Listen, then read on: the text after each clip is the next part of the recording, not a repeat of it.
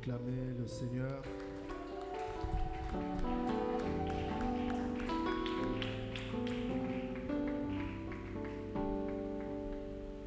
Gloire à Jésus.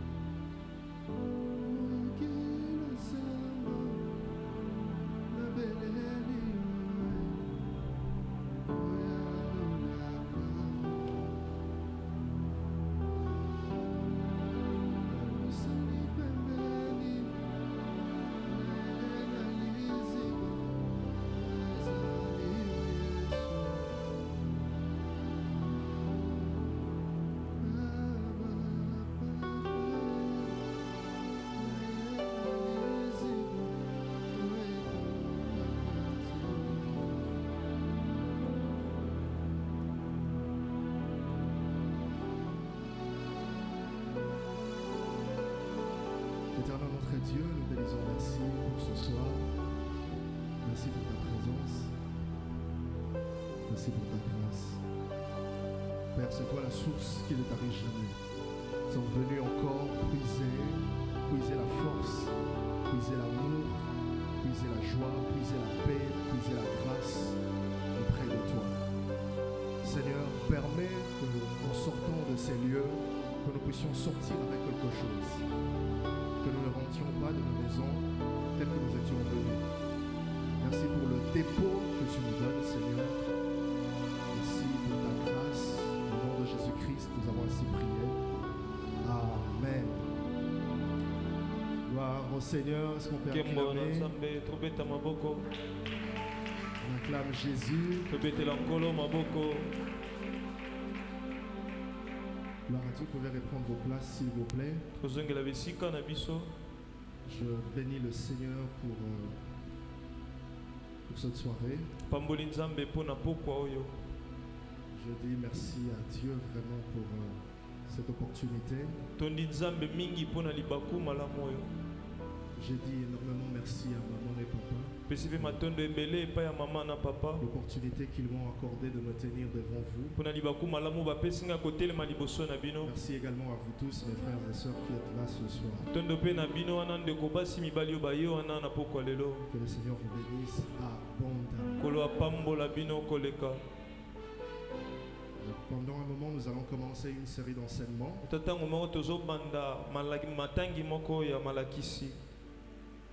Donc, tu vas vraiment m'accompagner avec ces mélodies-là.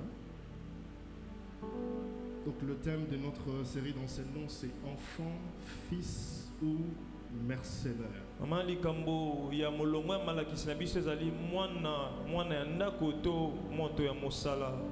Enfant, fils ou mercenaire.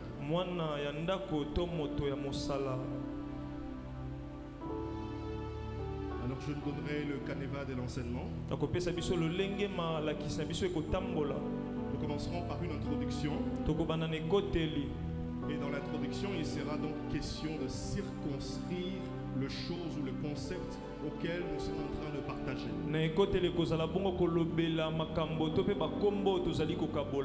Et après l'introduction, nous allons voir les objectifs et les buts de cet enseignement. Et je vais vous dire une chose, Église, c'est que si vous vous retrouvez au travers d'une manière ou d'une autre dans ces enseignements, ne dites pas que Baboua Kelinganon.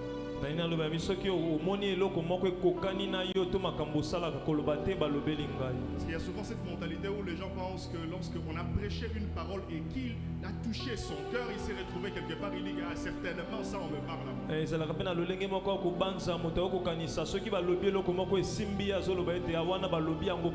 Et certainement l'Esprit de Dieu te parle à toi. Alléluia. Amen. Donc quand une parole te touche, c'est que l'Esprit de Dieu vraiment a voulu que cette parole te touche. Donc dans notre deuxième chapitre, nous allons parler des objectifs et du but de cet enseignement. En troisième position, nous allons parler de la cible de cet enseignement. À qui est-ce que cet enseignement s'adresse? Le quatrième chapitre, nous allons donner la définition ou les définitions de plusieurs concepts. Des concepts que nous allons utiliser et voir tout au long de ces enseignements. Et au cinquième chapitre, nous allons donner la différence entre un enfant, un fils et un mercenaire.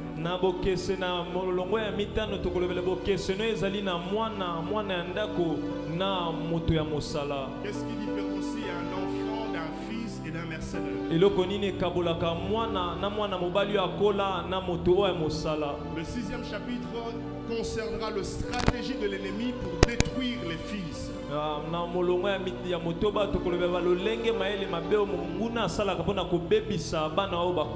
Les stratégies de l'ennemi pour détruire les fils. Le septième chapitre, nous allons parler de la gestion de la relation entre père et fils spirituel.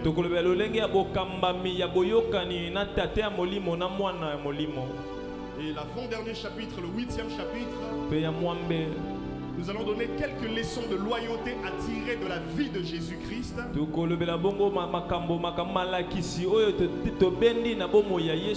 en tant que fils de Dieu et père de disciples. Et en dernier lieu, nous allons conclure cet enseignement. Alors pourquoi Dieu nous a mis à cœur de parler de ces choses? Pourquoi Dieu nous a mis à cœur de partager ces vérités? Frères et sœurs, nous vivons à un temps très compliqué. Nous sommes vraiment au temps de la fin. Où la Bible dit que les enfants deviendront rebelles. Où on dit que l'amour de l'argent gagneront le cœur de plusieurs personnes. Et plus nous nous rapprochons du temps de la fin, plus l'ennemi est en train de multiplier ses stratégies pour nous affaiblir. Et donc au travers de cet enseignement, il s'agira premièrement de faire une étude sur Jésus-Christ, sur sa relation avec les pères et tirer des principes pour notre vie. Nous allons essayer d'effleurer la vie de Jésus-Christ, voir comment Jésus a vécu sa relation avec son Père, et quelles sont les leçons que nous pouvons nous aussi tirer. Et le deuxième objectif, c'est que sur base des vérités bibliques, nous voulons comprendre le mécanisme que l'ennemi met en place pour nous infiltrer en tant qu'Église, pour placer ses agents afin de nous pousser dans des erreurs. Et au travers de plusieurs exemples, nous allons voir comment l'ennemi travaille pour pousser certains pères à commettre des erreurs, et pousser certains fils également à commettre des erreurs pour détruire l'œuvre de Dieu. Il y a des erreurs qui sont irréversibles, des erreurs qu'on appelle irréparables, mais il y en a d'autres qu'on peut quand même réparer. Et nous allons voir comment l'ennemi nous pousse à commettre des erreurs irréparables. Troisième objectif de cet enseignement, c'est que nous voulons nous instruire sur la gestion de relations au sein de l'Église. Comment nous pouvons gérer nos différentes relations, les différents degrés de relations relations.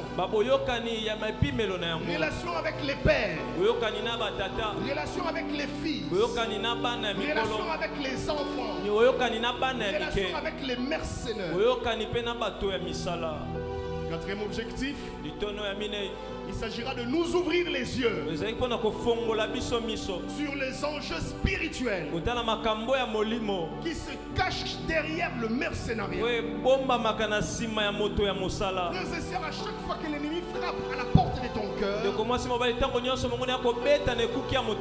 sache qu'il n'a qu'une seule cible. Il n'y a pas qu'une seule cible.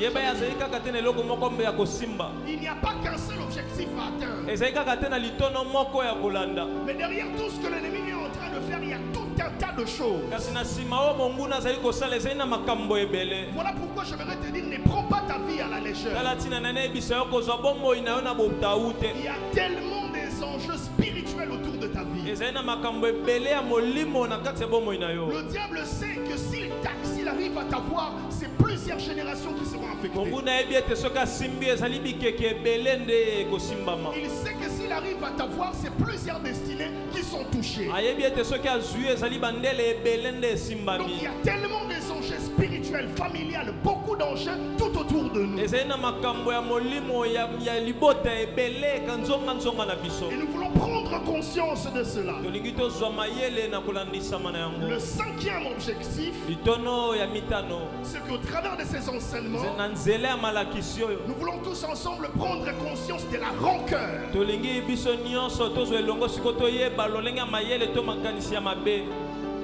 Pourquoi les gens n'écrivent pas? Je suis rapide ou quoi? Alléluia. Je suis rapide? Ok. Vous êtes à quel niveau? Vous en êtes Mélonini. Pardon? Pardon? Cinquième objectif. Le cinquième objectif, c'est que nous voulons prendre conscience de la rancœur, de la rage et de la colère qui animent l'ennemi dans ses plans de destruction contre les élus de Dieu, mais aussi contre l'Église. Apocalypse chapitre 12, le verset 12 nous dit: malheur à la terre, car le diable est descendu avec une grande colère. L'ennemi a une rage contre les élus de Dieu. L'ennemi a une rage contre l'Église du Seigneur. Voilà pourquoi s'il y a une entité spirituelle qui est la plus combative, c'est l'Église. Parce que le diable n'aime pas l'Église. Et frères et sœurs, nous sommes à un temps où nous devons être très vigilants. Nous sommes à un temps où l'Église doit se réveiller. Où l'Église ne doit pas être distraite. Où l'Église doit mettre de côté la distraction. Nous sommes à un temps où nous devons mettre de côté tout ce qui nous alourdit spirituellement. Parce que la Bible dit dans 1 Pierre chapitre 5 le verset 8 que votre ennemi le diable rôde tout autour comme un lion rugissant, cherchant qui le dévorer. Et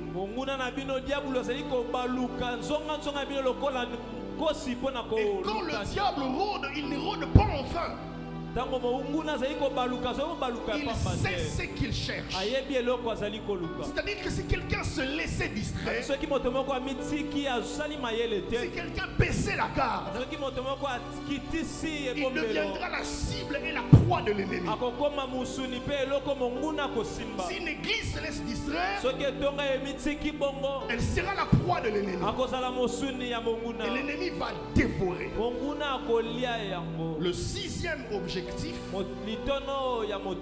c'est qu'au travers de ces enseignements, nous voulons rappeler ce que doit être notre part dans cette lutte spirituelle. Nous voulons rappeler ce que doit être notre part dans cette lutte spirituelle. L'apôtre Paul dit: nous ne luttons pas contre la chair ni le sang, mais contre les esprits méchants. Nous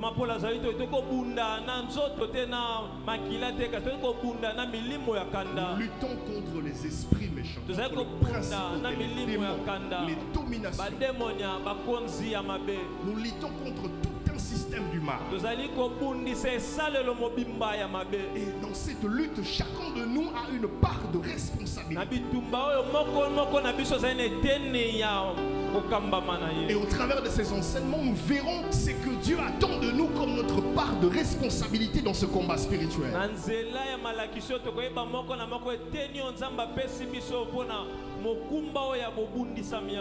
et sœurs, le combat spirituel n'est pas seulement lorsque tu chasses les démons, mais le combat spirituel, c'est tous ces enjeux spirituels autour de ta vie.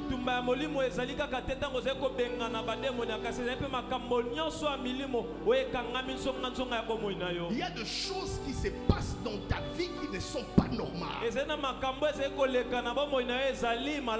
dis, il y a des choses qui se passent autour de toi qui ne sont pas normales. Tu vois des gens qui réagissent d'une certaine manière pour te pousser à commettre des erreurs. Tu n'as jamais compris comment les gens te poussent toujours à bout. Ils ont des attitudes pour te pousser à bout. Des fois tu ne comprends pas. Tu étais bien avec ton responsable et tout d'un coup il y a comme un problème qui se lève. Et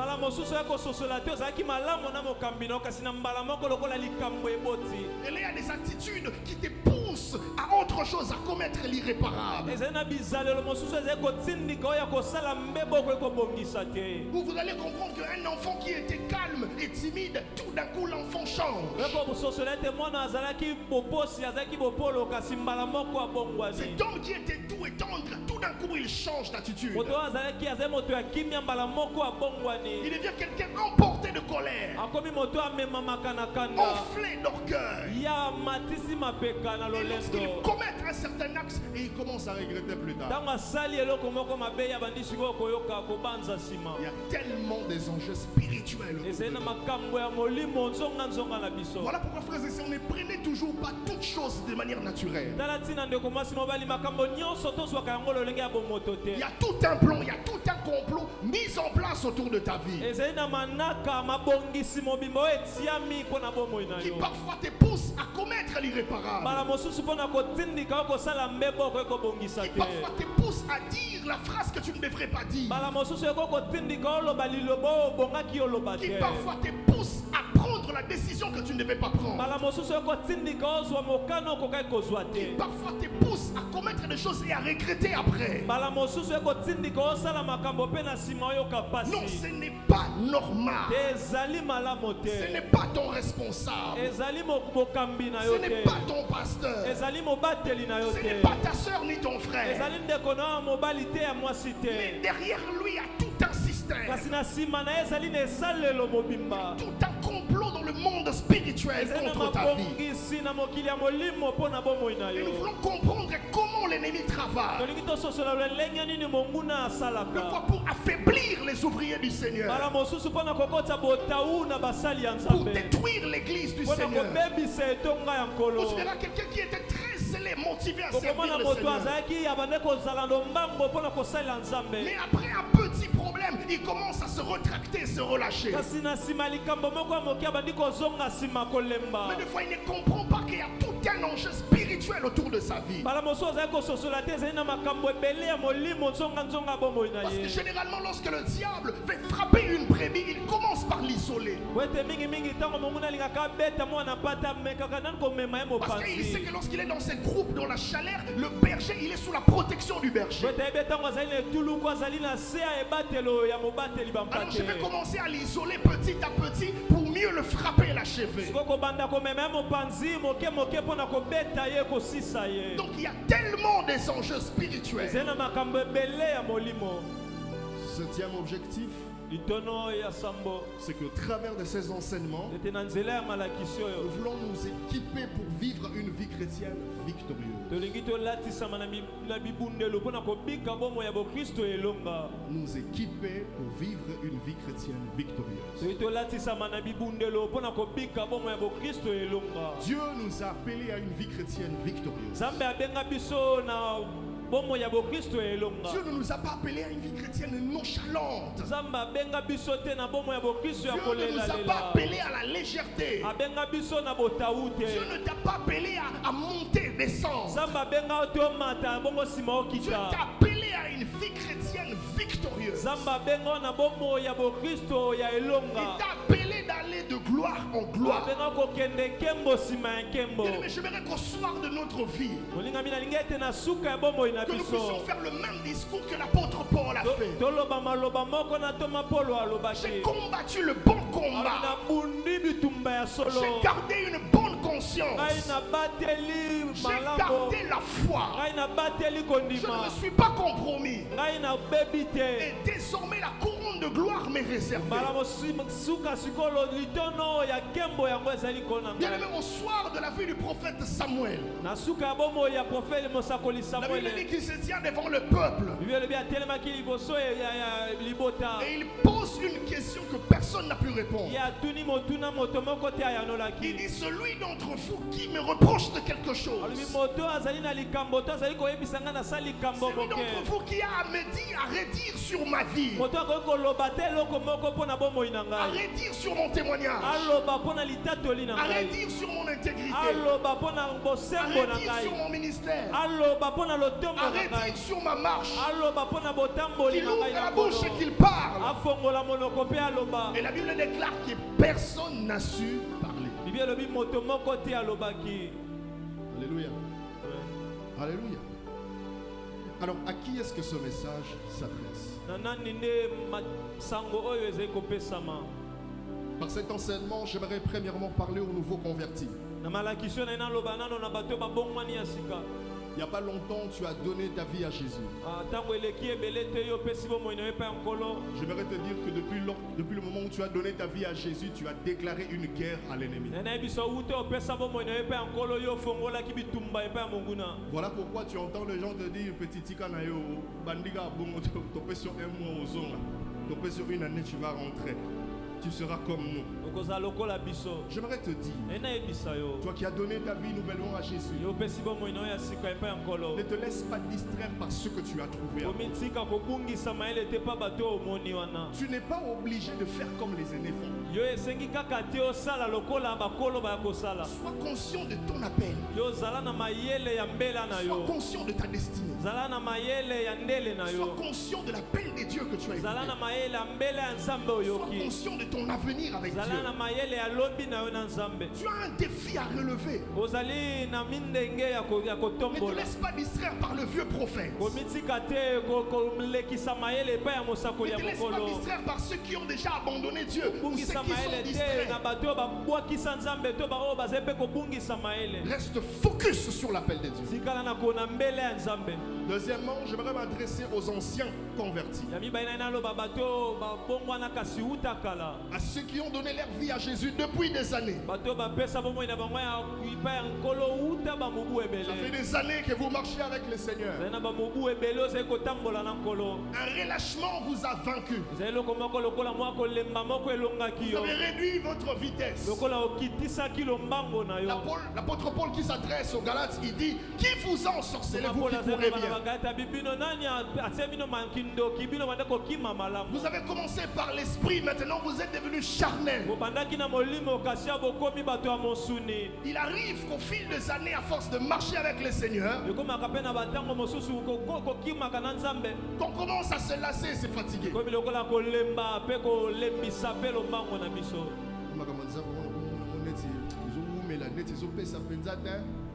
Et par là, on commence à abandonner certains principes que l'on avait. On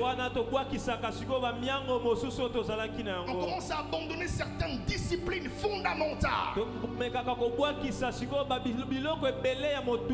Et c'est à ce moment-là précis que l'ennemi vient pour nous emmener à la déviation.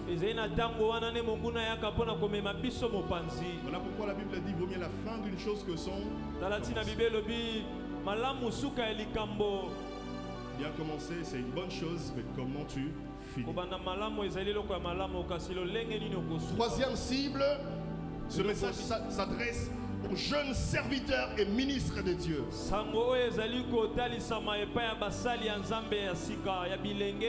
jeunes serviteurs et ministres de Dieu. Frères et sœurs, de par ma petite expérience, je reconnais qu'il y a de l'enthousiasme lorsque Dieu commence à t'utiliser. Lorsque tu commences à expérimenter les choses spirituelles, vous avez ces sentiments-là où vous sentez les sentiments d'utilité dans votre cœur. Vous priez à gauche, vous priez à droite, vous voyez des miracles se produire. Vous avez des retours, des feedbacks, des témoignages des gens. Et vous commencez à vous dire, hey, Dieu m'entend aussi. Dieu m'utilise aussi. Dieu se sert aussi de moi. Et à ce moment-là, l'ennemi vient. Et il commence à te dire dans ton cœur, tu vois, c'était pas si difficile. Toi si tu peux le faire, tu es pareil à ton pasteur. Et à ce moment-là, plusieurs se prennent pour égal leur pasteur, leur père. Mon responsable, il a crié sur moi comme ça. Le pasteur Nicolas, il a enseigné pourquoi moi aussi je prêche bien. Les frères Roger, il nous dit de doter les maquois. Moi aussi je peux faire ce qu'il fait. Il prophétise, je prophétise aussi. Il entend Dieu, j'entends Dieu aussi. Et il y a comme ces sentiments de comparaison. Ces sentiments d'autosuffisance que le diable commence à placer dans nos cœurs. Rappelez-vous de l'histoire où le peuple est allé dire à Moïse, Moïse, pourquoi Dieu ne parle qu'à toi? Nous voulons nous-mêmes aussi entendre Dieu.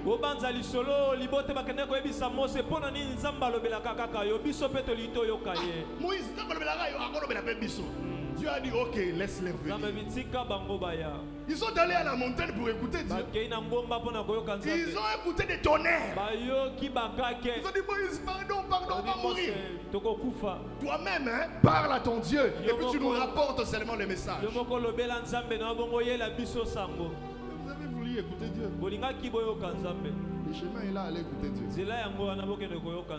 Et ça, le diable le place deux fois dans nos cœurs. Frères et sœurs, vous savez, il arrive à plusieurs jeunes serviteurs de Dieu qu'une fois qu'ils ont goûté aux offrandes, aux actions de grâce, aux offrandes des prophètes, aux dîmes et autres, ils ne peuvent plus s'en passer. Ils ne peuvent plus s'en passer. Voilà pourquoi, dans le cadre de la formation d'un serviteur de Dieu, il est quelquefois utile de ne pas lui donner de l'argent. Parce qu'à un moment donné, ça risque de détruire son cœur. À peine tu commences à prêcher, tu t'es converti, tu commences à prêcher, on te donne de l'argent. C'est fini. Pour toi, le ministère, c'est l'argent. Pour toi, les services de Dieu, on doit me payer. Voilà pourquoi je bénis Dieu pour la formation que j'ai eue à la parole de vie et auprès du pasteur.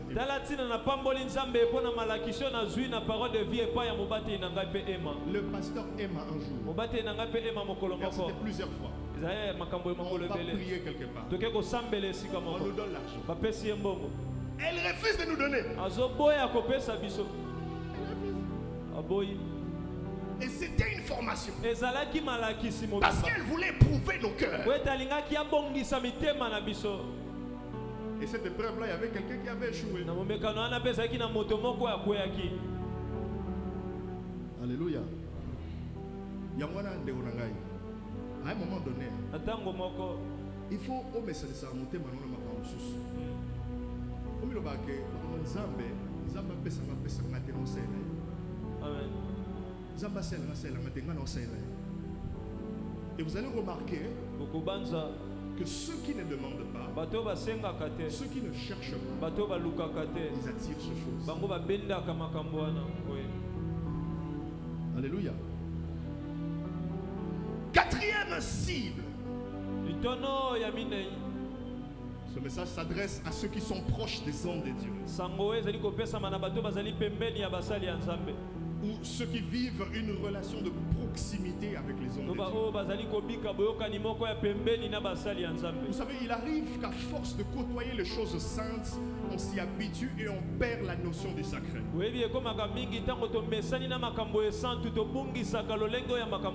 Et de par ma petite expérience, je me suis rendu compte qu'il est très dangereux pour un converti, un nouveau converti, de devenir proche d'un homme de Dieu.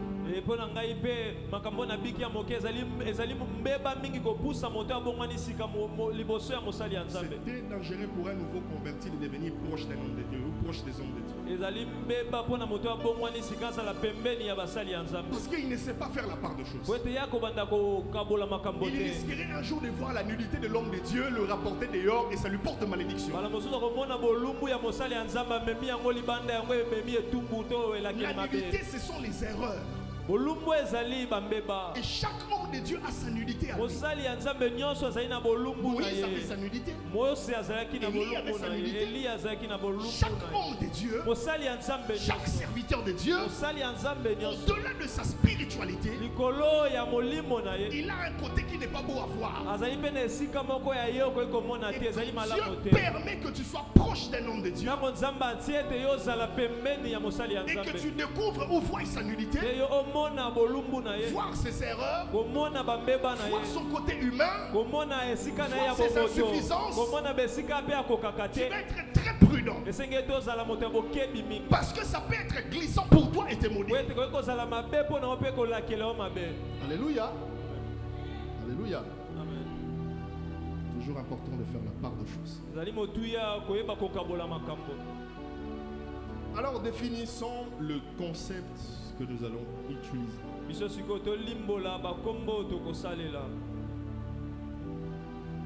Il y a plusieurs concepts que nous allons utiliser. Nous allons juste en voir quelques-uns et progressivement nous Le premier, c'est le concept enfant. Enfant. Dans les langages bibliques ou dans le jargon biblique, l'enfant, c'est celui qui est né de nouveau. Jean chapitre 1, le verset 12. À ceux qui l'ont reçu, à ceux qui ont cru en lui, il leur a donné le pouvoir de devenir enfant de Dieu. Un enfant, c'est quelqu'un qui a reçu Jésus, il est né de nouveau. Mais il y a une différence. Il a reçu Jésus-Christ, il a reçu l'Esprit de Dieu, mais il est encore gouverné par sa chair. L'Esprit de Dieu est en lui, mais il ne se manifeste pas pleinement. Et Dieu ne veut pas que nous puissions rester à cet état. Un chrétien ne doit pas rester un enfant toute sa vie. Je vois des gens, il a reçu le Seigneur depuis 20 ans, 25 ans, 30 ans, il n'a jamais parlé en langue. Et ça ne l'intéresse pas, il ne le désire pas. Il n'a jamais été baptisé du Saint-Esprit. Donc, nous devenons enfants, mais nous ne devons pas rester enfants. Et nous ne naissons pas enfants de Dieu, mais nous devenons enfants de Dieu. C'est-à-dire devenir enfant de Dieu. C'est par la foi en Jésus.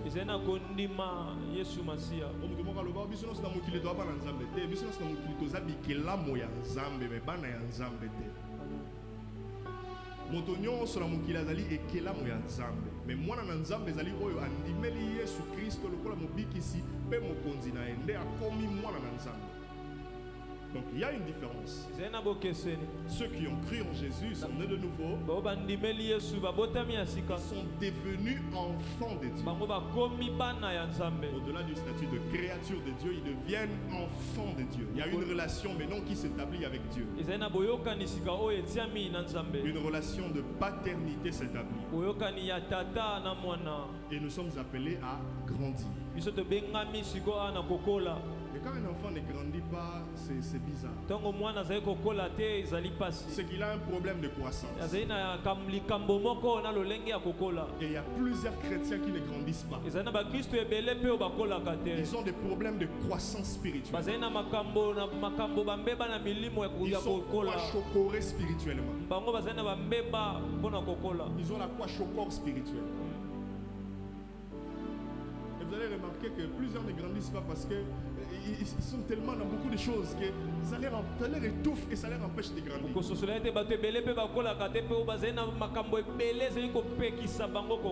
Nous le verrons un peu plus tard. Deuxièmement, c'est le Fils. Le Fils, c'est aussi un né de nouveau. Chrétien né de nouveau. La Bible dit dans Romains chapitre 8, 13 à 14. Ceux qui sont conduits par l'Esprit de Dieu sont fils de Dieu. Romains 8, 13, 14. Ceux qui sont conduits par l'Esprit de Dieu sont fils de Dieu. C'est-à-dire que le Fils, au-delà du fait d'être né de nouveau comme l'enfant, ce qui le différencie de l'enfant, c'est que lui, il est conduit par l'Esprit. Il est conduit par l'Esprit. Mais encore, quand on parle d'un fils, on fait allusion à la maturité. Un fils, c'est un chrétien mature. Un chrétien responsable. Un chrétien épanoui. Un chrétien qui sait ce qu'il fait et il sait ce qu'il veut. Un chrétien qui sait prendre en charge sa spiritualité. Nous les verrons plus tard que le but de l'église n'est pas de nous rendre dépendants où tu ne sais pas prier de toi-même, tu ne sais rien faire de toi-même, tu dois dépendre de l'église. Non, c'est pas ça le but, le plan de Dieu.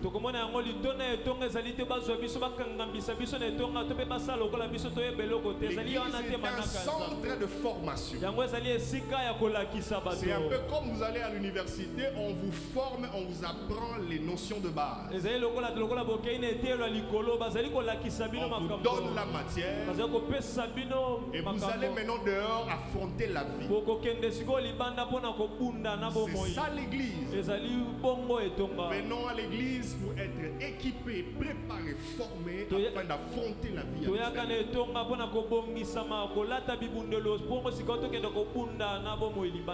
au-delà de cette vie communautaire que nous avons à l'église, il y a une vie dehors que nous devons affronter. Et pour l'affronter, il faut être un chrétien mature. Un fils. Quelqu'un qui sait prendre sa spiritualité en charge. Pas un chrétien qui la nuit lorsqu'il dort et puis à l'autre il note ma belle surtout qui téléphone les amis WhatsApp. Allô maman, oh là là là là. Je ne dis pas que c'est mal de le faire. Quand vous sentez que vous devez le faire, faites-le. Quand vous sentez que vous voulez vraiment associer votre pasteur dans la prière, qu'elle prie pour vous, vous le sentez, faites-le, c'est très encourageant. Mais ce que j'aimerais vous dire, c'est que le pasteur ne sera toujours pas là, présent à chaque étape de votre vie.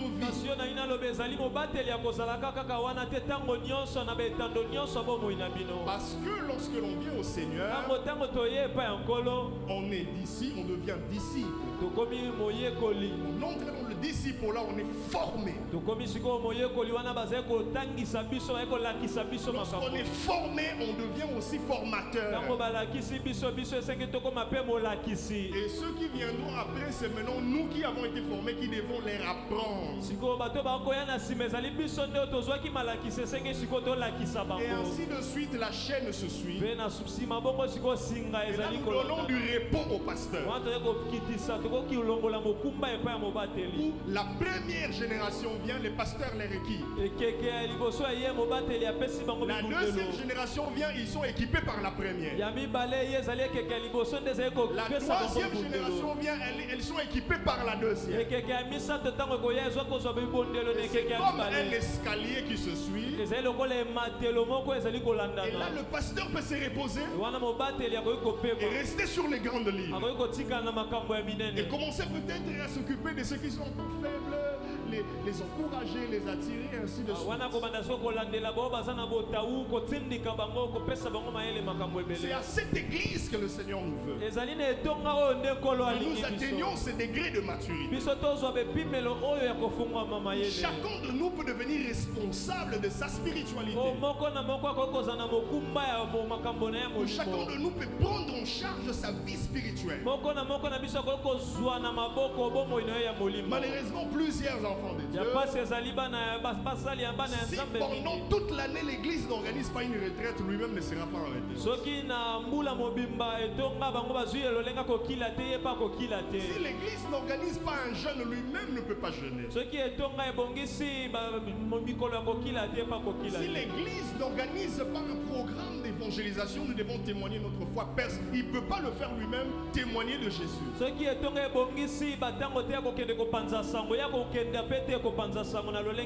Sa foi est encore dépendante de l'église ou des programmes de l'église. Et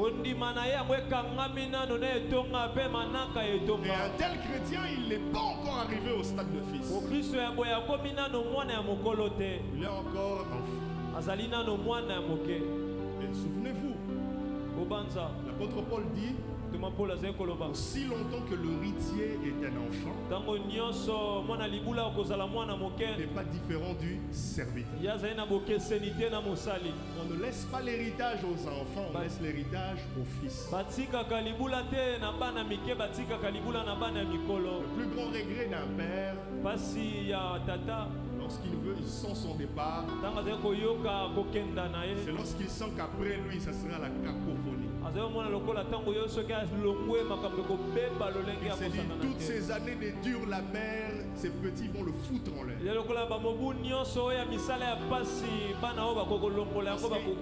Ils ne sont pas responsables. J'ai entendu un jour un papa dire ça.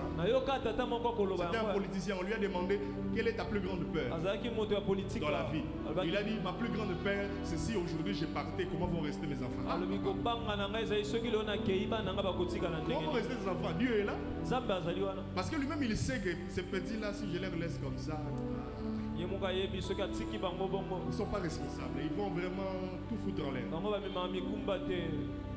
Et c'est ça, frères et sœurs. Donc nous devons devenir de fils. Un fils, un responsable. C'est un chrétien épanoui. C'est pas un chrétien qui attend qu'on lui dise sanctifie-toi pour qu'il se sanctifie.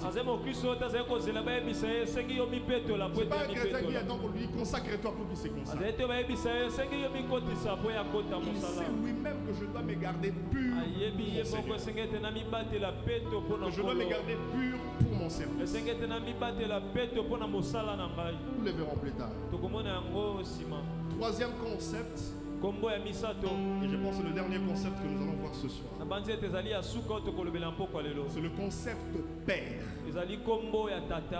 Le concept père. Éphésiens chapitre 6, le verset 1er à 3. La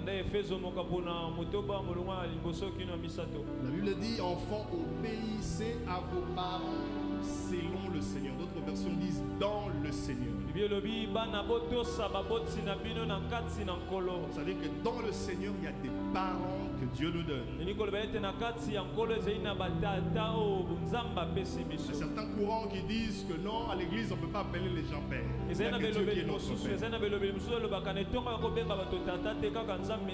Dieu est notre Père céleste, mais sur la terre il a établi des pères. Sur la terre il a établi des pères. Les pères sont des personnes qui sont là pour nous guider. Les pères sont des modèles. Les pères sont des repères. Les pères sont des instructeurs. Des personnes qui nous conduisent vers notre destin. Donc un père, il peut être un géniteur. Il peut être un éducateur. Il peut être un formateur. Il peut être un encadreur. Et il y a une nuance dans la notion de père. La première, c'est qu'il y a ce qu'on appelle le père dans la foi. Le père dans la foi. Le père dans la foi, c'est celui qui vous a conduit dans le Seigneur. Celui qui vous a conduit dans le chose de Dieu. C'est votre père dans la foi. Mais aussi ce qu'on appelle le père spirituel. Celui qui vous nourrit spirituellement. Qui vous entretient. Qui vous éduque spirituellement. Et qui est appelé à vous léguer un héritage spirituel. Donc un père dans la foi, il peut également aussi être votre père spirituel. C'est-à-dire qu'il vous a conduit dans le Seigneur et il est là comme votre père spirituel. Mais aussi, il peut être votre père spirituel. Alors parlons du père spirituel ou de la paternité spirituelle. En quoi est-il nécessaire d'avoir un père? Frères et sœurs, un père c'est comme un coach, un guide, une personne qui a autorité sur ta vie, une personne qui t'aide et qui te recadre s'il le faut, que tu aies une bonne marche spirituelle. C'est ça le but. On ne peut pas être Melchisedec sans père. De qui es-tu fils? Non. Nous avons besoin d'avoir un père spirituel. Alléluia. Père spirituel. Alors quel est le rôle d'un père spirituel dans nos vies? Le rôle du père spirituel est de nous conseiller. Voilà pourquoi quand on nous dit venons mercredi, le pasteur reçoit, beaucoup de personnes fuient. Vous fouillez pourquoi? Le rôle du père spirituel est de nous conseiller, nous enseigner et nous conduire dans l'expression de nos talents, de l'exercice de nos talents,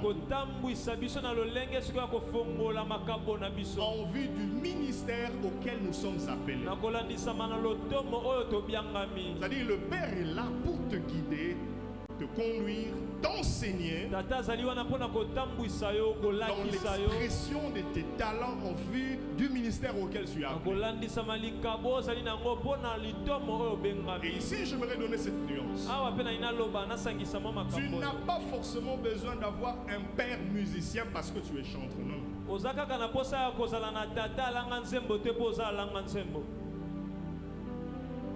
Pasteur Anna, musicien, il faut à la père de maï. Pour le musicien, non, pas forcément. Tu n'as pas besoin d'avoir un père spirituel qui est prophète parce que tu es prophète, pas forcément. On peut être prophète et avoir un père qui est docteur. On peut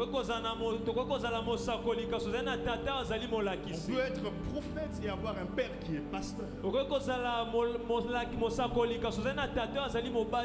Élie était sacrificateur et il a engendré un prophète.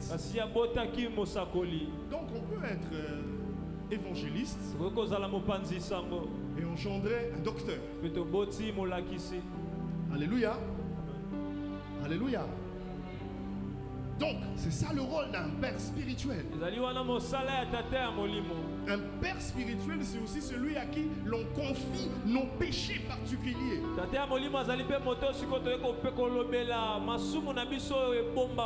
Nos difficultés. Nos luttes spirituelles. Nos incompréhensions de la parole de Dieu. Nos doutes sur la parole de Dieu. Vous lisez la Bible, vous ne comprenez, il y a beaucoup de choses qui vous échappent, vous ne comprenez pas. Les pasteurs est là. Allez l'embêter. Elle a dérangé. Non, je ne comprends pas ça. Maman, il y a telle chose là qui dit je ne comprends pas. J'ai lu mais je ne comprends pas. Vous aider. Alléluia. Donc les pères spirituels nous servent aussi de repères pour la construction du plan spirituel pour notre vie. L'apôtre Paul, lorsqu'il commence sa marche avec le Seigneur, son ministère, il avait un père qu'on appelait Barnabas. Et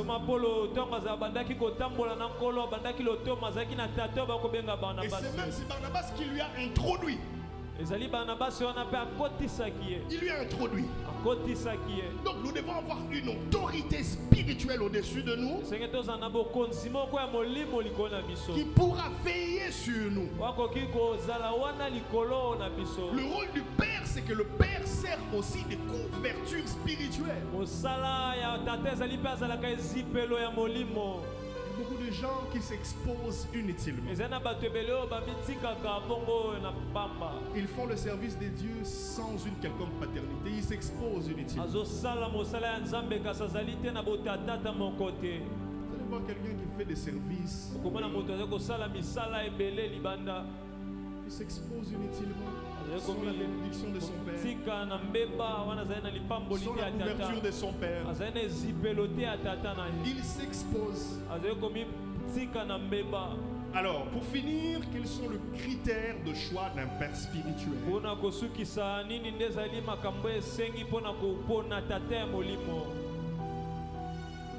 Avant de donner les critères, j'aimerais dire ceci.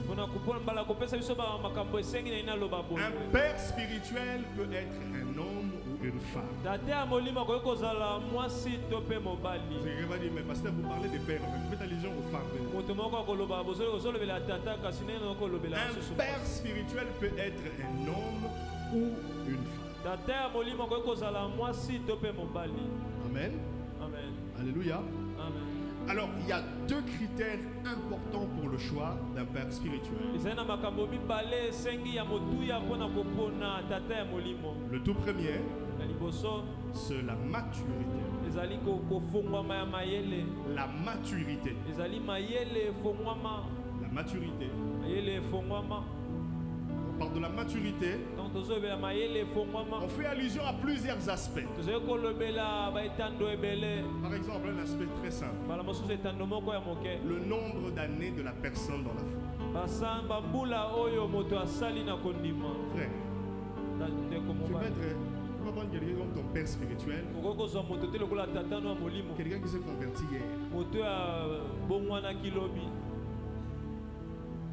C'est pas logique. C'est pas logique. Alléluia. C'est pas logique. Pourquoi je le dis? Parce qu'une personne qui a 10 ans, 15 ans, plusieurs années dans la foi aura d'une certaine façon une certaine expérience de par son parcours.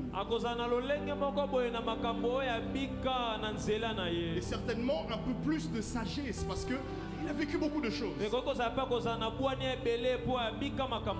qui est différent de quelqu'un qui vient à peine de se convertir et qui a encore beaucoup de choses à expérimenter avec lui. Donc, le critère année, ça compte aussi. Alléluia. Et quand nous parlons de maturité, la maturité concerne aussi les manifestations visibles du caractère de Jésus-Christ dans la vie de la personne. La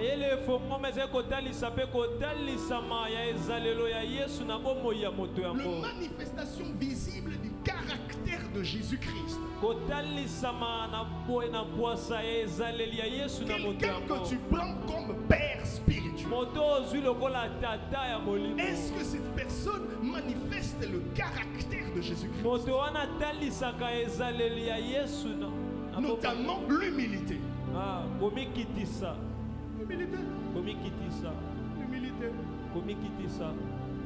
L'humilité. La connaissance de la parole. Le service dans l'assemblée. A-t-il ou a-t-elle un bon témoignage auprès des autres chrétiens, auprès de la communauté? Toutes ces interrogations, c'est comme un questionnaire qui nous aide à nous poser toujours cette question lorsque nous sommes en face de quelqu'un. Cette personne que je vais prendre comme repère, quel est son témoignage? Frère, on ne donne que ce qu'on a. On ne donne que ce qu'on a. Quand tu prends l'impudique comme père, il te donnera l'impudicité. Quand tu prends l'ivrogne comme père, il te donnera l'ivrognerie. Quand tu prends un mafieux comme père, il te communiquera la mafia. La sanctification est contagieuse.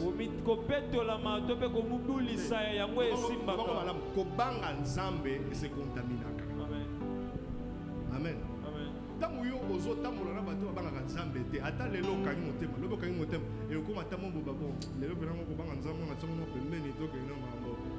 C'est ça. De qui es-tu fils? De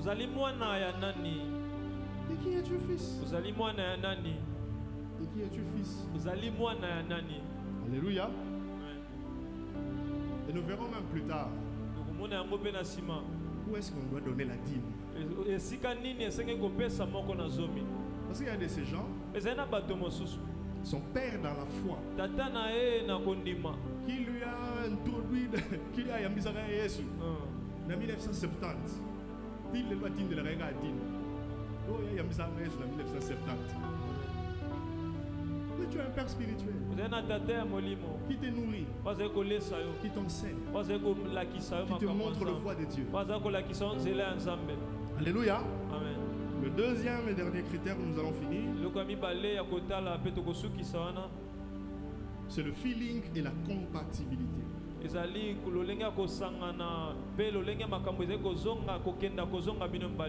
feeling et la compatibilité. Parce que, frères et sœurs, lorsqu'on s'associe à quelqu'un, vouloir ou pas, qu'on le veuille ou pas, consciemment ou inconsciemment, une partie de cette personne viendra en toi. Que tu le veuilles ou non, une partie de cette personne viendra en toi.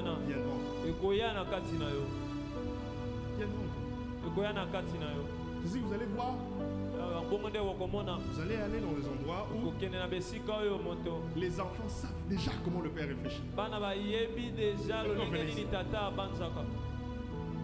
pouvez me poser une question concernant notre maman. Posez la même question, frère Aris. Sur la réponse. Vous posez la même question, frère Rocher. C'est pas que tu es. Parce que nous savons. Nous la connaissons. Et nous savons que donc, par rapport à ça, voici comment sera sa réaction. Voici comment sera sa réponse. Alléluia. Amen. Alléluia, Église. Donc, d'une manière ou d'une autre, nous sommes influencés par le caractère de la personne, par sa façon d'agir et de faire.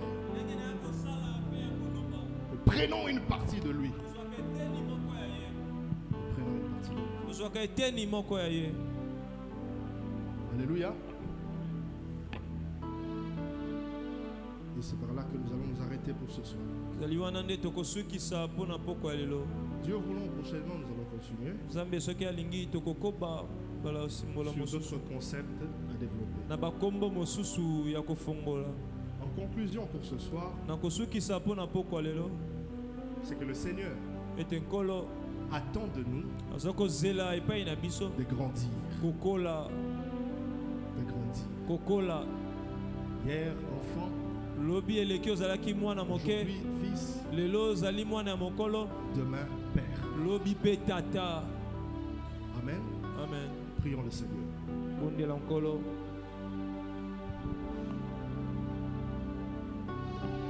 J'aimerais que quelqu'un prie le Seigneur.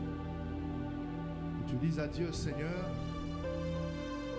j'ai appris peut-être beaucoup de choses, ou j'ai appris quelque chose. J'aimerais que tu m'aides, Seigneur, à garder ce que j'ai appris ce soir. Aide-moi à pratiquer ce que j'ai appris. Aide-moi à vivre ce que j'ai appris. Je ne reste pas un auditeur simplement, mais que je sois un pratiquant. Élevons nos voix, prions le Seigneur.